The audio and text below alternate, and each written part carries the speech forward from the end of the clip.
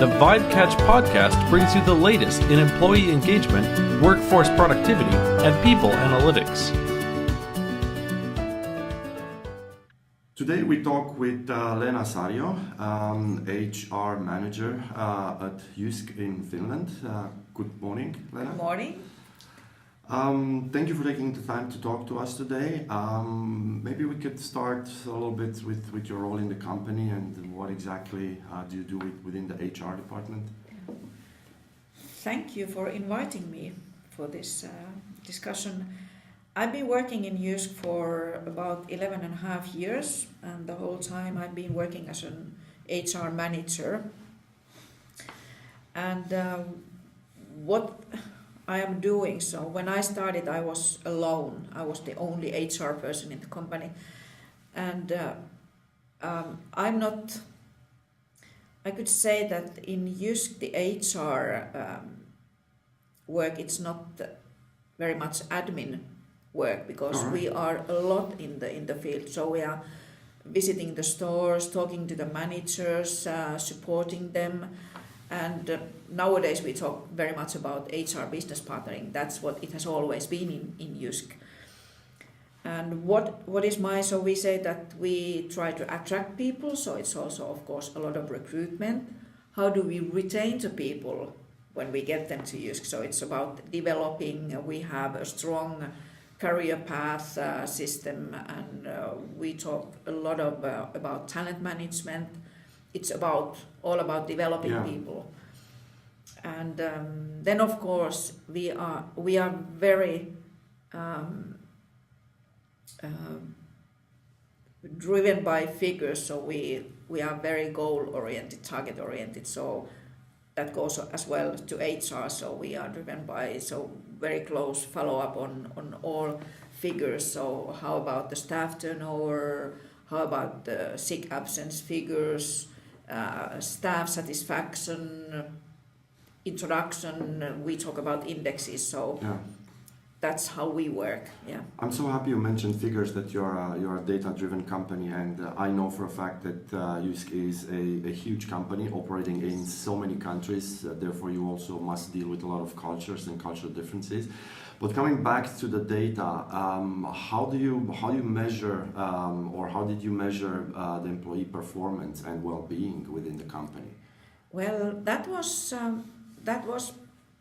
I think my problem, my challenge, because I can see that of course I can follow up the staff turnover, the store staff turnover, also the manager staff turnover, but I don't think that it's telling me everything. Yeah. And I wanted to find out that how does the performance and productivity, for example, that how does it connect to, for example, our sick absence? And I really couldn't find the figures. All right. And I wanted to find out more. So I contacted, it was one day I saw that Ilmarinen, our pension insurance company, so they had connection with Marko Kesti. All right. And I think Marko Kesti was the first person who was talking about the well-being and productivity in work life, in connection with these human resource figures or these HR figures. And then I met him. Okay, all right. So that was great that you met Marko, and the reason for that was that you didn't have accurate data to measure all aspects of HR. Before meeting Marko, before working with the tools from Marko, did you try anything else? Did you look into anything else? Not really tools, because just like I said that we are very goal oriented and we have been following all the figures. Of course, I could see that if the staff turnover was increasing or our sick absence figures increasing, but I couldn't always see the connection with them and our productivity figures. So I thought that there was something wrong. I wanted to find out more, and I don't think that there was nobody else who could help me. So how do you measure your productivity? We have certain figures there that these figures, they are connected to our productivity. Okay. It's more retail, not HR figures. It's more about the retail data we have. Yeah. And we have in JYSK we have really good reporting systems. So we can get, I think that you can dig into all these reports and get every detail you want or you need. So that's not what we were lacking. Yeah. Okay. And if I can add one more, so it was also that I really wanted to have some kind of connection, a proven connection or factual connection between the productivity and if we are talking about the quality of working life or whatever the staff satisfaction. Yeah. And I couldn't see that. All right. Can you highlight a couple of the benefits that you realized for taking action and using the QWL, like immediate benefits that you saw after you used that? Yes, it's we have a long history also. We call it ESS, which is Employee Satisfaction Survey. So of course we get also data from there, how satisfied our JYSK employees they are in all the countries and in Finland. But it's also that I don't think that we are digging deep enough, because it's some kind, we get the results and then of course we make action plans to prove and to develop our but then it's also that with this when working with Marko Kesti and doing this I could say project or process, so it was also something that with the survey we did with his system, so it was something that we could see the quantity and the quality. If I can give you one example, so it's with our employee satisfaction survey, we can, for example, ask that about personal development discussions. Yeah. If they are run in the company, and we can get the answer, yes, okay, maybe 95% of the employees they've had this discussion. Yes. But it doesn't say anything about the quality. True. With Marko Kesti, with his survey, we could see that we could measure that if the problem was with the quantity or if the problem was with the quality. Yeah. So, for example, with these discussions, so is it that everybody has had the discussion, but they are not satisfied with the quality of the discussion? So it was getting into deeper, and then it was a pretty heavy process, and we didn't go that with all our stores. We selected 12 our biggest stores. In Finland? In Finland, okay. In Finland, yes. And we started, so it was, we had with every store and the store staff, we had a meeting or many meetings. So it's also that it's also in our values that to be open and communicative and honestly say what you think. Yeah. So we started to have these small meetings with the staff, so that please tell us how could we develop our processes and the work in the stores, because we have 83 stores at the moment. Okay, then we didn't have so many, but it's not so easy. Yeah. That we have selling that 83 stores, so we have 83 store managers. They are all over Finland, small units. So it's not as easy as if we have one place, one big working place in one.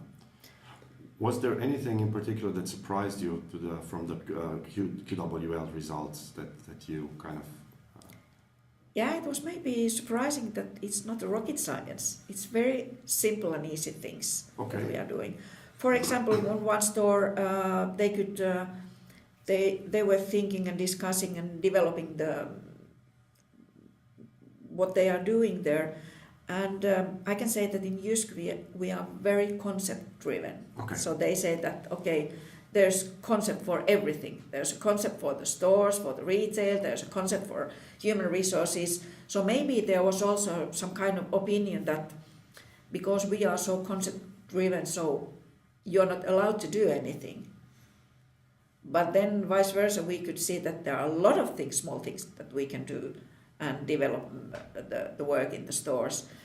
And it's also that involving the people, it's also then it's their opinion that when we do small things in the stores, they can say that, okay, I have been Exactly. in developing this one. And this is my idea. This is my opinion. It's more inclusive.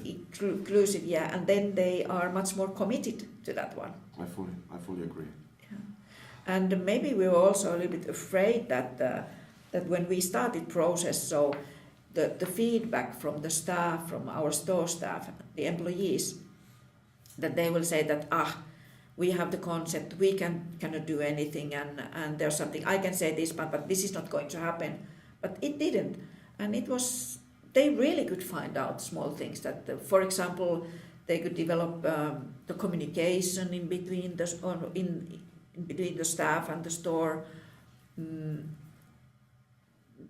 how they could, for example, involve the people, give responsibility in different things. So it was not big things. And when looking back at all these little improvements, and of course the co-creating of ideas with the employees, like what was exactly the end result of this? Like some tangible results that you, after completing this QWL project and surveys, when you draw the line, what was the end result of it?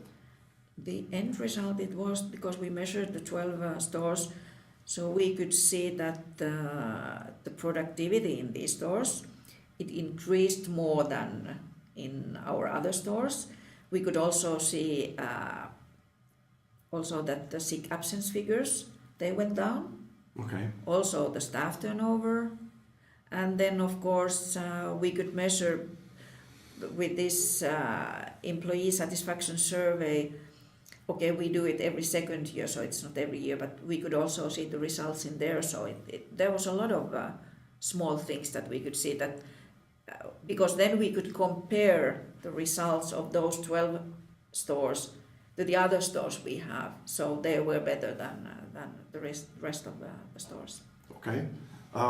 You also mentioned in the beginning when we started this discussion, we talked a little bit about Marco's work in how it ties employee satisfaction and performance with the profitability of a company, and that was the research that he did for, I think, 10 years or more. Yeah. Did you see any increase in your profitability for those particular 12 stores that you actually worked with the QWL method? Yes, we could see that. Yeah. It was, I can say that when you're talking about Marco, and we were said that, of course, when we started the process, so it was accepted by everybody. So it was, of course, from the higher management also in our management team. So we were committed to that one, and we said that, yes, we want to do this.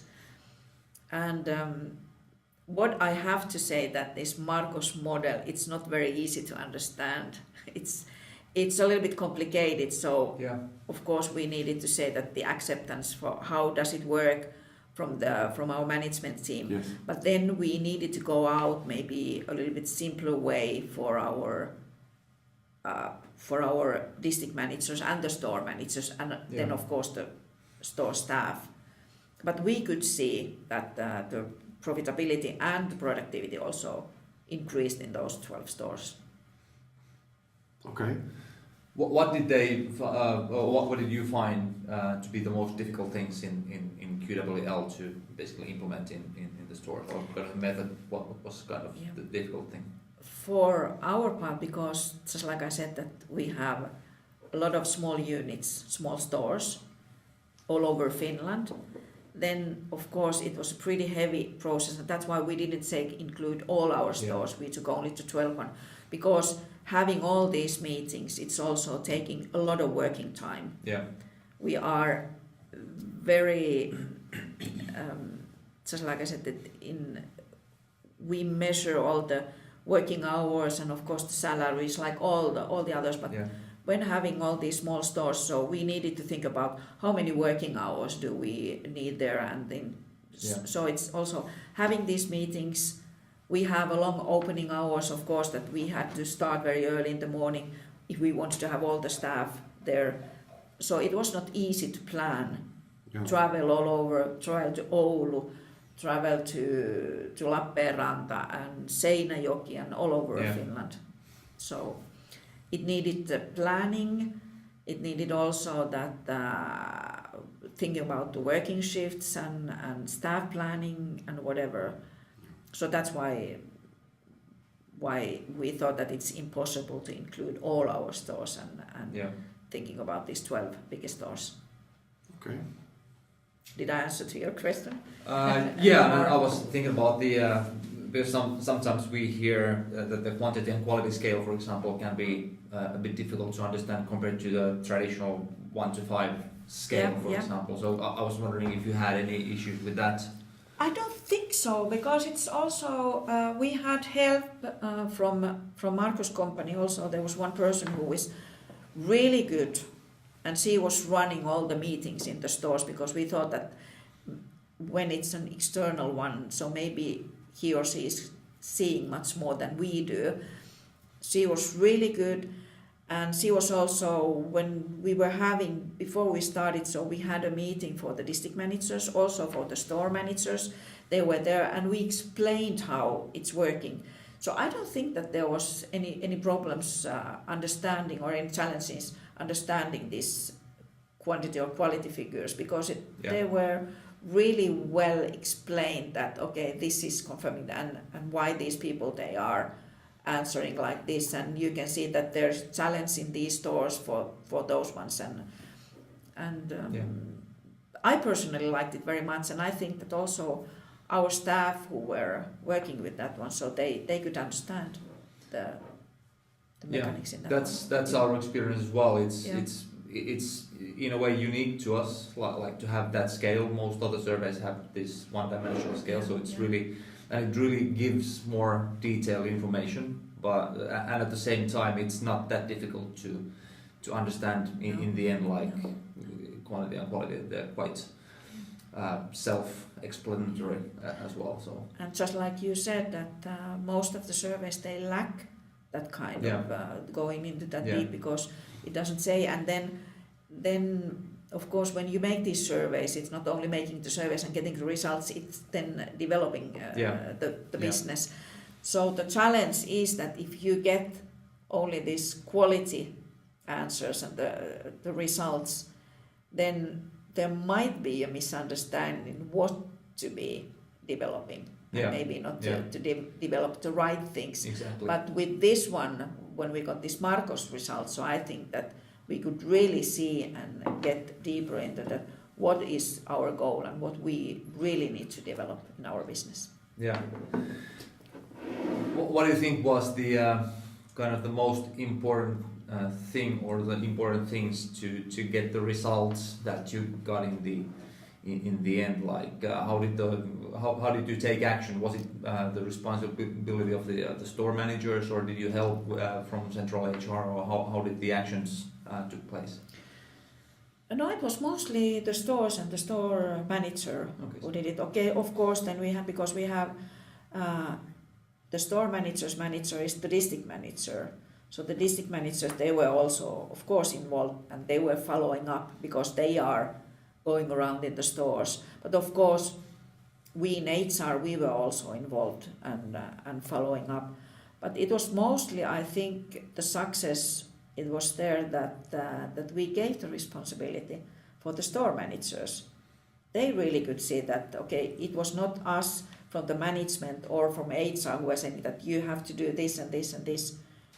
They were deciding themselves what are the most important things in my store, what we need to develop. And then there was, after that, there was the commitment from the store manager, but also the commitment from the store staff. And I can give you one example. It was one of our very experienced store managers in one of the stores. When she heard that her store is selected, one of these 12 stores, she called me personally, and she said that, "Oh, Leena, I'm so tired of these ones, because we know that we are in these all kind of development things, but I know that nothing happens after that. So it's a lot of work, and we cannot see any improvement." And then I just said to her, "Please listen now and try this one. And of course your store is theirs, and you need to do it." She was some kind of challenge agent for me, because afterwards she was selected in one of the store managers who was marketing this one. So for this one, she said that this was so good, and I could see that we improved results in my store, and the staff is much more satisfied, and they are much more involving in different things, and we have given them responsibility. So she was one of the most satisfied store managers after the project. Amazing. Is that mainly due to the fact that she could see the connection with productivity? So yes, basically she could her see targets she was better able to meet her targets due to yes, to she this. could see that something happened, Yeah. because Yeah. her answer first was that nothing happens ever. Yeah. And then after this, she said that, now I can see that something really happened. Yeah, that's we hear that a lot when it comes to employee surveys. Like, a lot of work, and then basically it takes forever to Exactly. something to happen, if anything happens at all. So that's definitely and like giving the responsibility and taking the responsibility at a kind of a store level or whatever team level. Basically, if it's the responsibility of the central HR to do something, then of course nothing can really happen. But if it's the team itself or the store manager, and they can take action based on the results, and they are willing to do changes, then of course it can lead to good things. I first of all, this was great, and because you have such a great experience and such a long career, I just wanted to ask you one last question. If there's anything that you would like to share with other HR professionals, so that because you've been through these processes of well-being and productivity, is there any tips that you would like to share with others? Just like I've already said once, I don't think this is rocket science. It's very simple and small things where we can see the improvement. So not try to take too big bites at one time. So small steps, so you can see that. Just like I said, that it's also involving the people, because when they get committed, so then they really do things. And if we give them responsibility, so it's not said that we give the goals and directions from the management, but it's themselves in the small units. And just like I said, that it has not been very easy in JYSK, because we have the small units all over. It's much more easier for companies if they have, for example, a big office, a lot of people working in the same place. We don't have that one. We have small stores all over, long distances in Finland. So then we just needed to make the decision that it's store by store where they need to make these actions and go into these actions what they need to do in that particular store. Yeah. Not to think that we give the same actions and action plan for all the stores in Finland, because they are not similar. Yeah. Even if I said that we have a strong concept and they are working the same way, but still there are a lot of differences. People are different, managers are different, so they really need to focus on what is the most important thing for them. Thanks for listening to the VibeCatch podcast. Visit our website, vibecatch.com, for more resources and insights on employee engagement, human productivity, and HR technology. Don't forget to subscribe to get the latest podcast right in your inbox.